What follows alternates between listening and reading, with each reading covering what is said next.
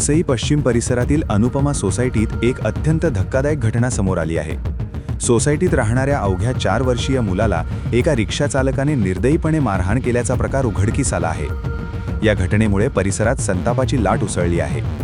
मिळालेल्या माहितीनुसार आरोपी रिक्षाचालक संदीप पवार याने मुलाला रिक्षाच्या लोखंडी रॉडला डोके आपटून रस्त्यावर जोरात आपटत फरफटत नेले।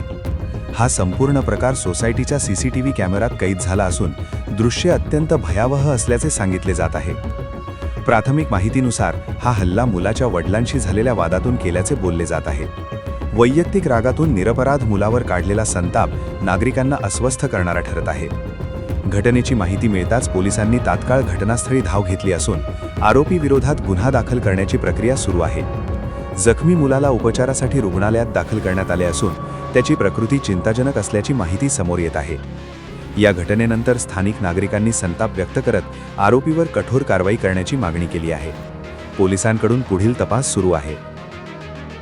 लेटेस्ट क्राईम अपडेटसाठी क्राईम डायरी चॅनलला आत्ताच सबस्क्राईब करा आणि अशाच बातम्यांसाठी आम्हाला फॉलो करा। सतत अपडेट रहा, सुरक्षित रहा।